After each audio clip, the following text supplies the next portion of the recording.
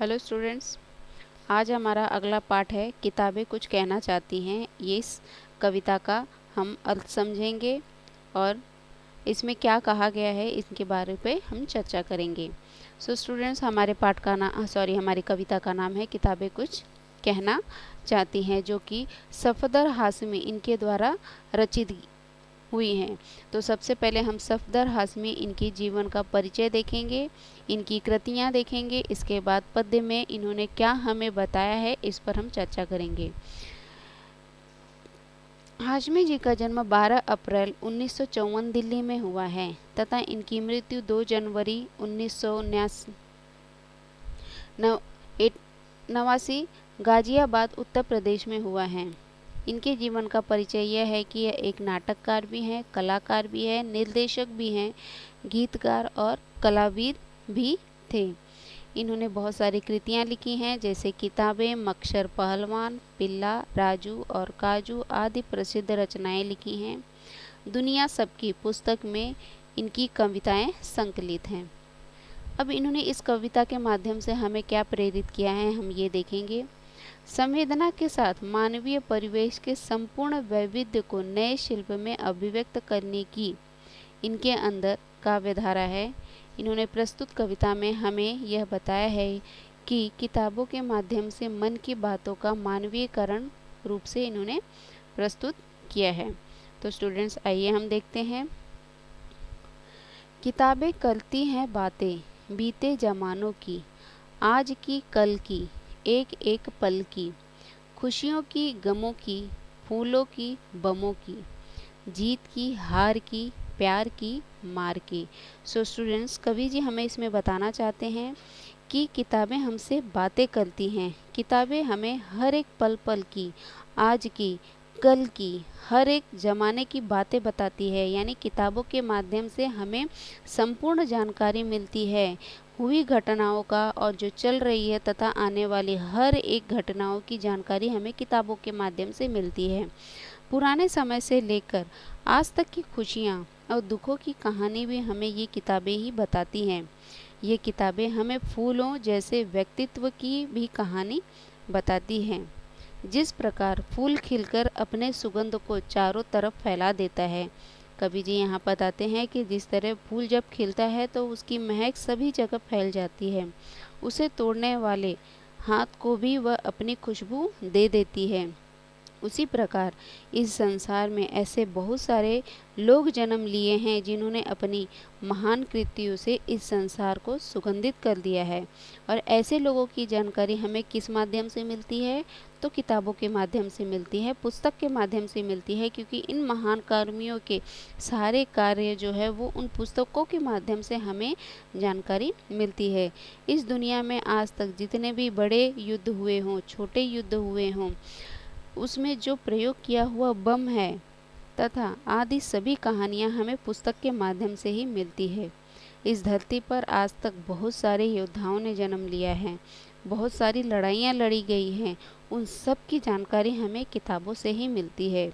देश, समाज और परिवार के बीच जो प्यार है, जो मार काट की बातें हैं, इन सब की जानकारी हमें किताबों से ही मिलती है। तभी हमें यहाँ पर कवि जी कहते हैं कि किताबों से हमें जीत की हो या हार की हो या प्यार की हो या मार की हो, हर किसी की जानकारी हमें किताबों के माध्यम से मिलती है।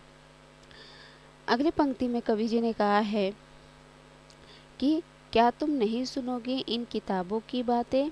किताबें कुछ कहना चाहती हैं, तुम्हारे पास रहना चाहती हैं। किताबों में चिड़िया चहचहाती हैं, किताबों में खेतियाँ लहलहाती हैं, किताबों में झरने गुनगुनाते हैं, परियों के किस्से सुनाते हैं। कवि जी यहाँ पर बताना चाहते हैं स्टूडेंट कि कवि जी कह रहे हैं कि क्या तुम इन सभी कविताओं की बातों को नहीं सुनोगे? ये किताबें तुम्हारे पास रहना चाहती हैं, तुम्हारे पास रहकर वो तुम्हें सारी जानकारियाँ ही देंगी, तुमसे वो बात करेंगी, तुमसे वो कुछ कहेंगी।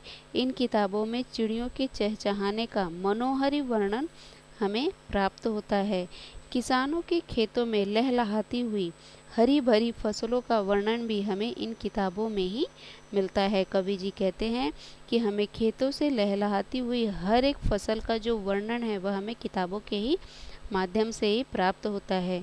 किताबों में झलते हुए झरने का चित्रण और परियों की कहानियों का भी विस्तार हमें इन किताबों से ही प्राप्त होता है। जो हमें पुस्तक सुनाती हैं, इन सभी बातों की जानकारी हमें किताब से ही प्राप्त होती है। आगे कवि जी ने कहा है कि किताबों में रॉकेट का राज है, किताबों में साइंस की आवाज़ है। किताबों का कितना बड़ा संसार है, किताबों में ज्ञान की भरमार है। क्या तुम इस संसार में नहीं जाना चाहोगे?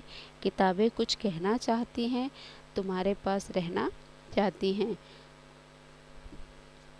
सो स्टूडेंट्स, कवि जी हमें यहाँ पर ये बताते हैं कि यह युग विज्ञान का युग है।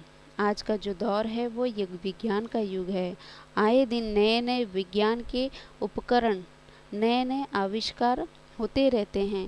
रॉकेट की तो भरमार हो ही गई है, जिसे अन्य देशों द्वारा आए दिन अंतरिक्ष में स्थापित किया जाता है। यानी विज्ञान ने इतनी प्रगति कर ली है कि नए नए तकनीकी, नए नए तरीके आज अपने देश में आ रहे हैं। और इसका वर्णन, जो इन सारी बातों का वर्णन हमें किताबों के ही माध्यम से प्राप्त होता है।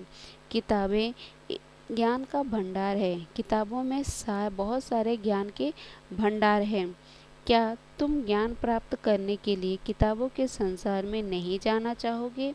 ये किताबें तुमसे कुछ बताना चाहती है। कवि जी कहते हैं कि क्या तुम ज्ञान प्राप्त करने के लिए इन किताबों के संसार में नहीं जाना चाहोगे? किताब ही एक ऐसा माध्यम है जिससे हमें बहुत सारे ज्ञान प्राप्त होते हैं और ज्ञान का शब्द भंडार हमें इस किताब में मिलता है। तुम्हारे पास ये किताबें रहना चाहती हैं, तुमसे दूर नहीं जाना चाहती हैं। कवि यह कहते हैं कि किताबें जो है यह हमारे जीवन के लिए बहुत ही महत्वपूर्ण है, क्योंकि इसमें ज्ञान का भंडार है। इन किताबों के माध्यम से, इन किताबों के अध्ययन के माध्यम से हम अपने ज्ञान के कोश में बहुत सारी बढ़ोतरी कर सकते हैं। हमें होने वाली, आने वाली और बीते हुए हर एक पल, हर एक क्षण, हर एक पल की जानकारी हमें किताबों के माध्यम से होती है। तो स्टूडेंट्स, यही लेखक का कहना है कि किताबों को हमेशा अपने पास रखकर उनका वाचन करके अपने ज्ञान को बढ़ाना चाहिए।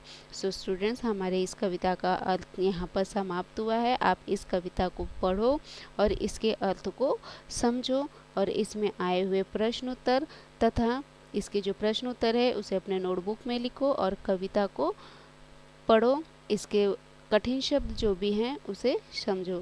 सो स्टूडेंट्स, नेक्स्ट लेक्चर में हम नेक्स्ट टॉपिक के साथ मिलेंगे। ओके, तब तक के लिए थैंक यू।